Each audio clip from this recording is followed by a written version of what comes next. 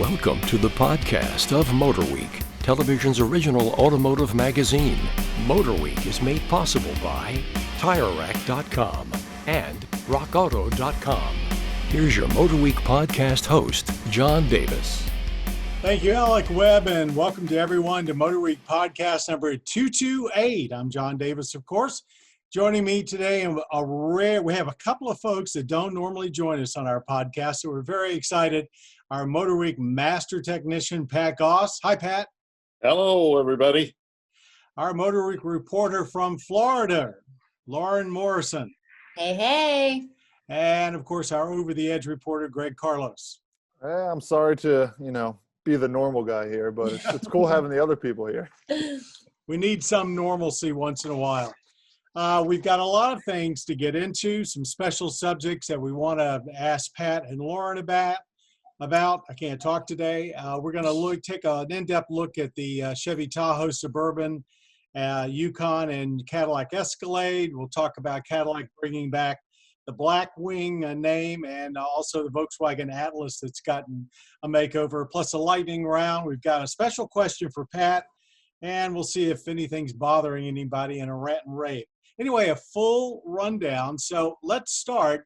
And Pat, really, this is start us off on this.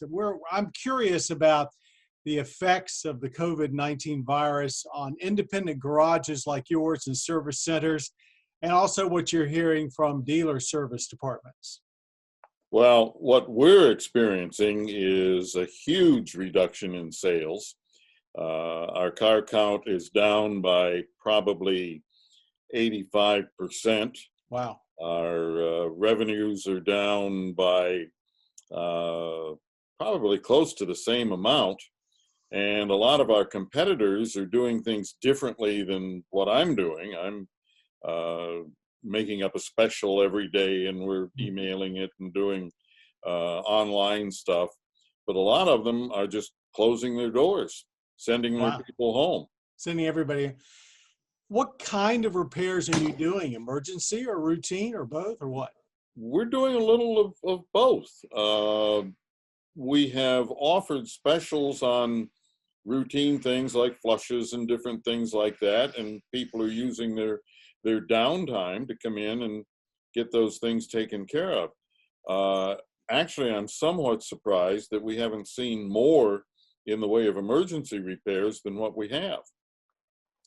I don't know, maybe people are like me. I've got something wrong with one of my vehicles, and I've just decided since it still runs, I'll wait until it's all over with. Maybe I should actually do something about it now. What would you tell people if they have an easy access to a technician and they develop a problem, like a check warning, engine warning check light or something like that? What would you tell them? Because they're probably afraid to go out. Yeah, I think that's a big part of it. But, if you have somebody, call your shop.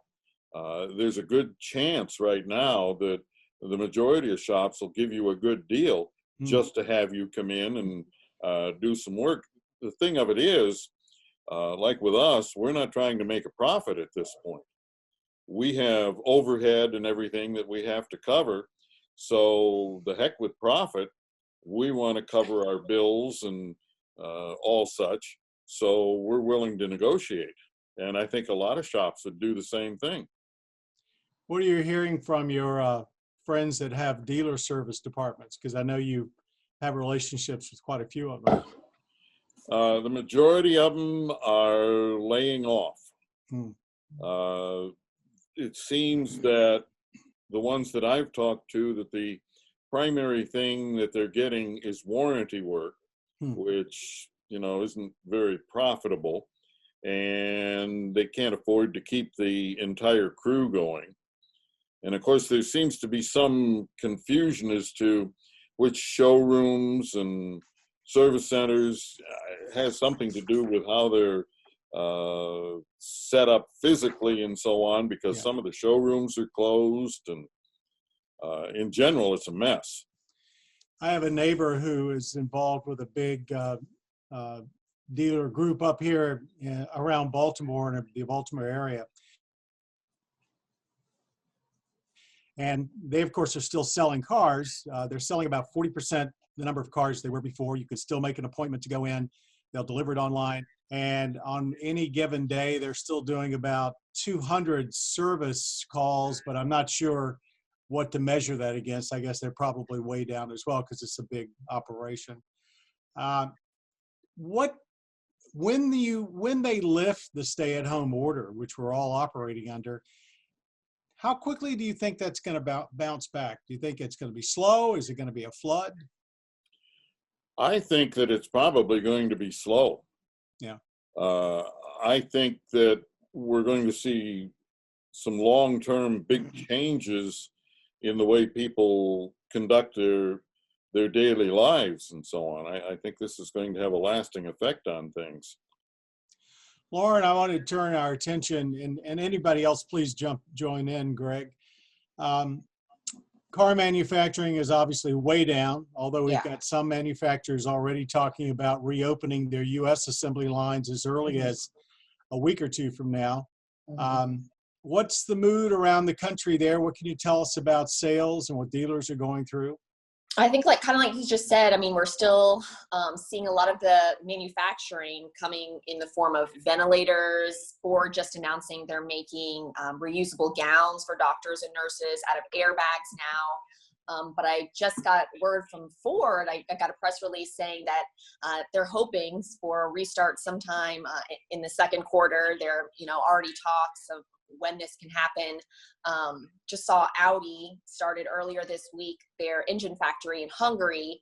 They started that back up, but with a single shift. So only one shift is coming in, going out.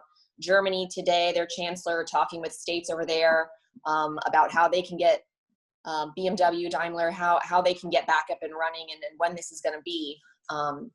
In terms of sales, I think it's just what everybody thought. We got the Q1 sales coming out. January, February, everything going swimmingly. I think just a lot of what we thought. And then it's crazy to see the March numbers, just the bottom drops out.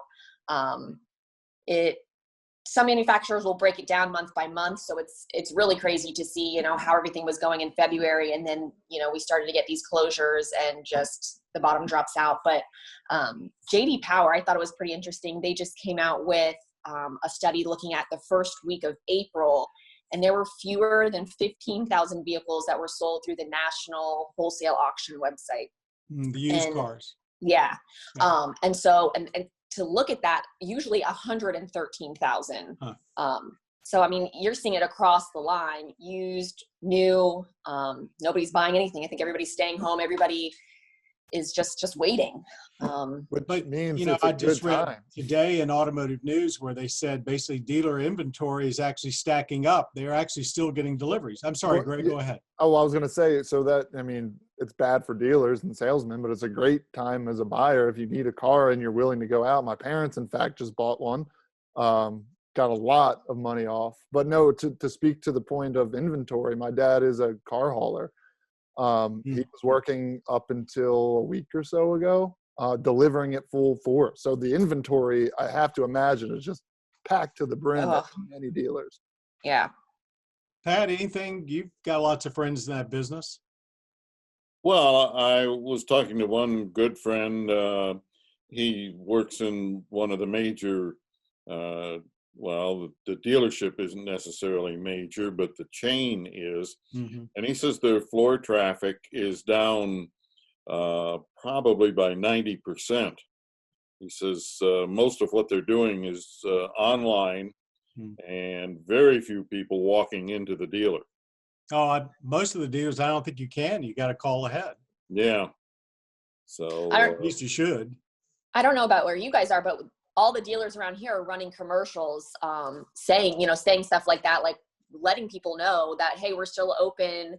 You can either make an appointment, or if you don't feel comfortable, we'll bring the cars, we'll bring the car to you. We can do all the paperwork, everything online, and we'll drop off the keys, in your mailbox. So I think it's pretty interesting watching how dealers are adjusting to all this. I think it speaks to the fact that we assume that everything's moving so far and fast toward online sales. Yeah. But there's so much of it that's still done, in the showroom and actually getting into dealerships. So as much as we think that people are moving online, the vast majority are going in and buying cars because, you know, you want to drive a car before you buy. I just don't know how I could buy a car without, you know, I could do all the paperwork, everything online, but before I signed on that dotted line, I really think I would have to get behind the wheel. I don't think I could just be like, just drop it off. Thanks. I don't either.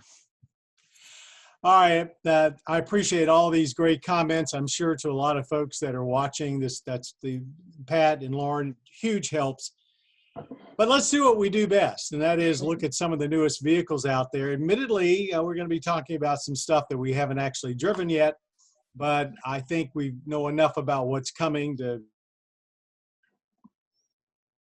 have some judgment.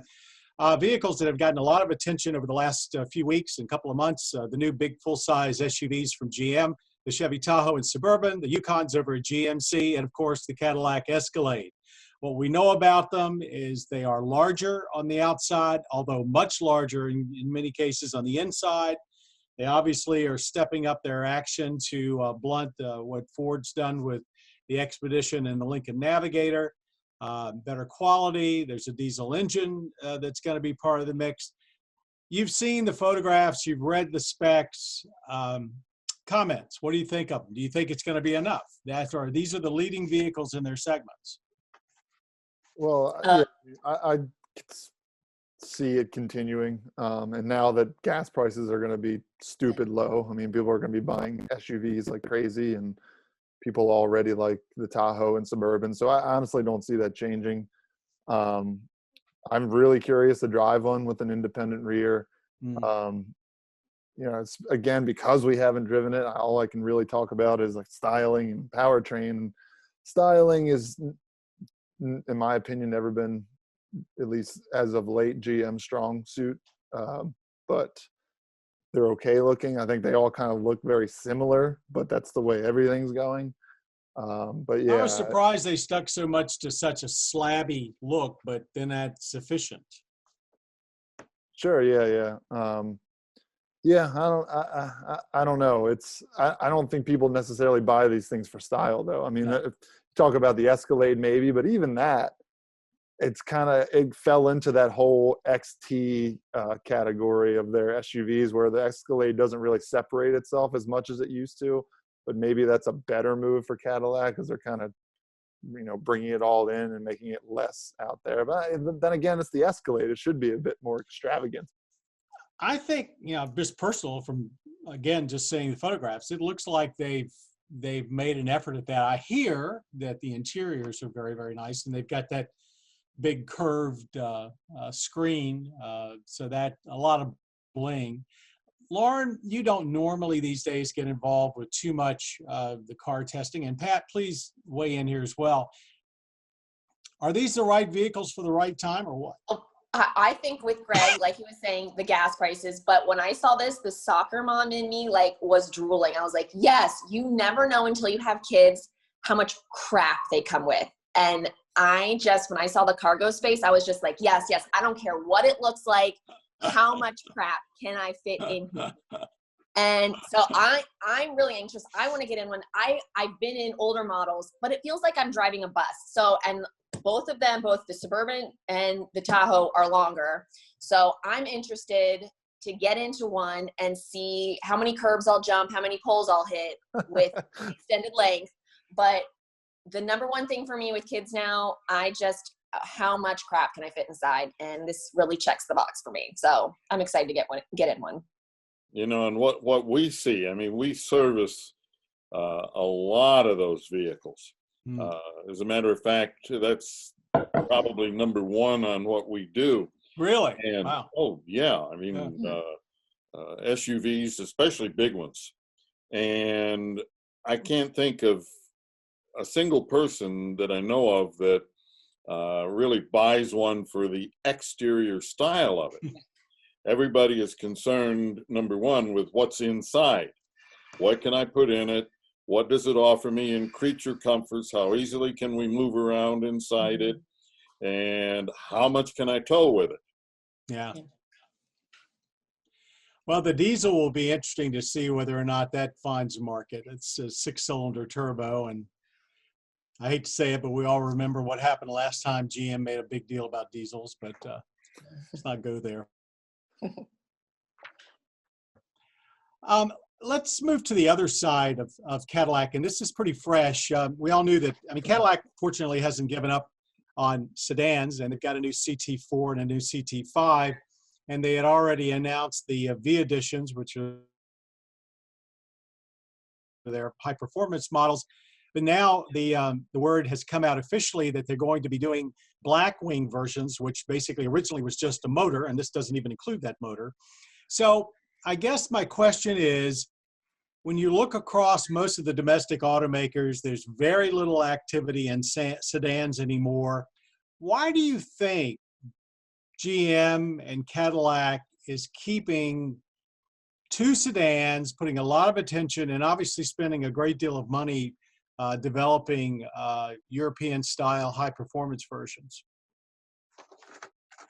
Maybe because that's what the Germans are doing. They're trying to keep pace with them. I think that's fair. That's what they've been doing. Yeah, I mean, they've really tried. And I remember when the ATS came out, and we were like, well, that's the 3 Series fighter. Right. And I mean, I think it's still a great car. It just never quite got to 3 Series level, or at least. Well, sales were disappointing. I mean, yeah, it really came down to that. Which is unfortunate because it's a very nice car, and the Great CTSV that we tested a few years ago, another nice car. So as a driver, I can't wait to get behind the wheel of them. It's just I can't help but feel that the inevitable fate is that just nobody's going to buy these things. I mean, they're talking about 650 horsepower for the top CTSV Blackwing, which is a lot of horsepower. It's certainly not a record, but these are not full-size cars. Pat and Lauren, can you imagine? Pat, I bet you can, but let me ask Lauren because she's a family person these days. Can you imagine yourself buying a sedan, no matter how good it was? No. No, I can't. No, I'm sure it's a great car. I'm sure, I don't know, maybe if I was a single lady again, looking for, I don't know, some speed. I don't know. I just, in my current state, no, it's not for me. Pat Goss, you are a car guy. Does this intrigue you at all of CTS Blackwing? Well, it's not my style of car, but yeah. What do you mean by that? I've seen you in some very nice sedans over the years. Yeah, but you know me, I'm more a diesel kind of guy than and a small engine guy than I am high performance. So, like I don't know. I've seen you get some awfully good mileage out of high performance cars. Well, that's true. That's very true. But as far as our clientele and what they like and so on, we still have a lot of people that would not own an SUV. Good. I'm glad to see that there's some of those left. Well, somebody left. They're mostly our older clients, and many times there'll be women or there'll be men that are single or something like that. They're older, they've lost their partner and things like that. And you talk to them about an SUV because they're always wanting advice about what should I buy and why and so on. You tell them about something nice in an SUV. Oh, no. Don't want anything to do with it. Got to have 4 doors, got to be a sedan. Their impression, no matter how small the SUV is, that it's going to be too big. Interesting. Greg, anything that intrigues you about these 2 new Blackwing cars? Well, you said it, over 600 horsepower. That intrigues me. And I mean, I'm a huge sedan fan. I love the idea of I know these aren't the full-size sedans, but I just love the idea of a 4-door with just a massive V8 engine, which it looks like this is what it's going to get. With everybody else, I don't understand the naming there. Like, why that name if you're not going to include the engine? The engine. Well, apparently this engine's got, the engine in the 5 is actually going to be more powerful from the Blackwing. But, now let me ask you, because you're you're one of our top drivers on the show, and you're young enough not to have been brought up strictly on manual transmissions. But are you surprised that they're actually going to put a manual in both cars along with an automatic when so many of their competitors in Europe are moving away from that? A little surprised. I'm not surprised that an American car maker wants to keep things the way they always have been. We're just going to keep on with those manual transmissions. I like that decision. But the God's honest truth is just these DCTs and automatics are just so much faster than manual transmission. Yeah, they are. So, All about interaction with the car more than speed. Yeah. Let's move on to, and we've got one more SUV to, I'm sorry, Pat, do you want to say something? Yeah, I have breaking news. We had a car with a manual transmission in the shop 2 weeks ago. I missed what you just said. You dropped out for a minute. What'd you say? I said, we had breaking news. We had a car with a manual transmission in the shop 2 weeks ago. Does anybody remember how to work on it besides you? I mean, it's crazy. We never see them. What was it? What was the car? It was a Honda. Honda Civic. Yeah, an old Honda Civic. I'm not sure where I'd go except to you if I had to have a clutch changed. Oh, we see a few, but it's very few and far between these days. Actually, that brings up a question, since I have a rare chance to ask you this. So many of these automatics, of course, are dual clutch automatics with an automatic clutch. Are you seeing replacement problems with those clutches? Zero, nada, not a thing. It's all What we're seeing is electronic in nature, primarily reprogramming to make them smoother and things like that. So that just says that the electronics can shift with less slip than we humans can. Oh, yeah. Oh, absolutely. Okay, I did want to get one more SUV in because it's been such a popular one, the 2021 Volkswagen Atlas. Only been out 2 years, yet they did a very extensive redraft on the vehicle. We picked it as one of our top award winners when it first came out. It's still one of my favorites. Any updated impressions on the Atlas? My personal thing is I don't think it's gotten old at all. But Greg and Lauren and Pat, Volkswagen Atlas, your thoughts on it? Yeah, I'm with you. I don't think it's really gotten old in terms of technology or anything like that. I think even when it came out, the styling was a little bit chunky. Yeah, a little questionable in decision there. So I'm not sure if they had this plan in mind the whole time, which I'm sure they did because these things obviously take time, and it's only been, like you said, a few years. So they wanted to get that new badge out there with the new Volkswagen up front, with a lot thinner and more minimalist. I got to say it does look better, and I didn't dislike the original Atlas's styling. I think it looks better. Again, just want to get inside and drive something here because I'm getting stir crazy. Anybody No, else? I'm the same way. I like I never didn't like it, but looking at them side to side, I definitely like how it looks better now. But I'm with you. I just want to get in a car. I just want to go somewhere, anywhere. Put me in anything. Let's go. Yeah. Let's move to our lightning round question. And we kind of touched on this before, but let's just see what we think about it. I read that Mercedes is getting ready to, in a week or so, and I'm not sure if that's up to date, open their U.S. plants. Are we rushing? We've heard Lauren mentioned a couple other manufacturers. Are we rushing too quickly at getting the auto industry back to something that's normal? I mean, when you think about how an assembly line works with a lot of people on it. I think how Audi is doing it in Hungary is the right way. I think it's not going to be one day it's closed, the next day we're back full force. I think at some point there's got to be a point where we get back to something. And right. I think that the way they're starting it, one shift, they're having hand washing stations and everybody's, I'm sure wearing masks and protective layers. I think at some point we have to slowly inch back. And I don't think, like I said, it's going to be a flip of the switch, everything's back running, but it's just going to be such a collaborative effort, like globally. If you think about where, every part of a car, where everything comes from, everybody's just going to have to be on the same page, and it's going to take a while. So I think we need to slowly inch forward. I think that's what needs to happen.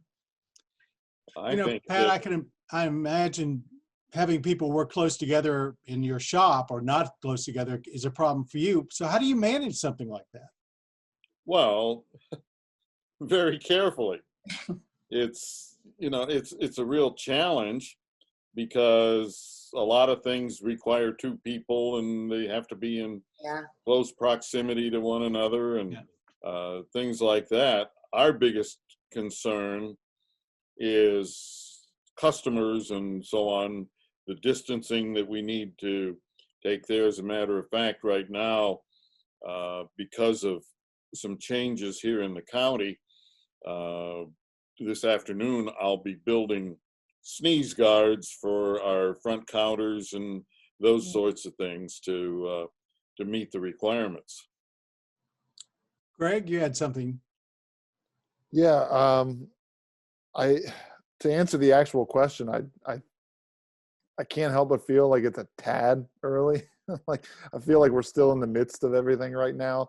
But like Lauren said, eventually we will have to get back to it. And I think I would just caution that even when we do get back to it, people are going to want to think that, it's normal. Everything is, and they're going to get impatient. And I'm sure I'll be one of those people. But I think we have to remind ourselves that even when things do get started again, it's going to take more time than you want it to.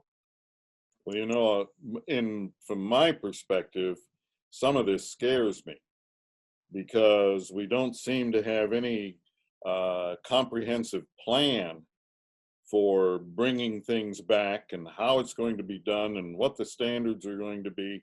Everything seems to be, this one's doing one thing, somebody else is doing something different, and there's no combining of ideas. Yeah, I'm a little concerned about all this talk of extra testing. I mean, not that we don't need it, but is that going to be a criteria for people to go back to work? Are you going to have a card that you carry around with you? How is that going to be administered? The card is one thing that's been proposed. Yeah, I know. But the thing is, if you get tested one day, okay, you don't have it today, and you get your card, who says you don't get it tomorrow? So you would have to be tested so often. It would, and what if you're asymptomatic? You don't have any symptoms? I don't know. It's just I don't know. I don't have the answers, but I'm with you. It's just, how do we get back to normal? I saw a plan where it was the testing would be like every 14 days and you were retested to keep up with the testing. And, again, this is, it, like Pat said, it scares me thinking about the amount of moving pieces that this situation has. It's incredible. It's crazy. All right. Speaking of Pat Goss, we have a question for Pat. Now that many of us find ourselves confined to our homes, we certainly hope you're staying home, with a lot of time to kill, probably more time than your bosses know. What are some things we can do to our cars that we may not normally think of, or just what would you recommend people do to their cars that are sitting still in their driveway? Well, of course, one of the best things that they can do is, if they have needed trips, is to get the car out of the driveway, drive it, combine some of your trips so that you're running the engine and moving the car for more time, rather than just sitting there and starting it up and letting it sit and idle for 15 or 20 minutes, which is really bad on the car. Much better to get it out and drive it. Put it under load. Yeah, exactly. That way you're warming up everything on the car, not just the coolant in the radiator, because when it's sitting and idling, engine oil temperature and transmission oil temperatures and all of those things, they remain almost stone cold. And the only thing you're warming up and you're seeing on the temperature gauge is the coolant temperature. Okay, anybody else got anything they want to talk about this week before we wrap up this edition? A rant, rave, anything?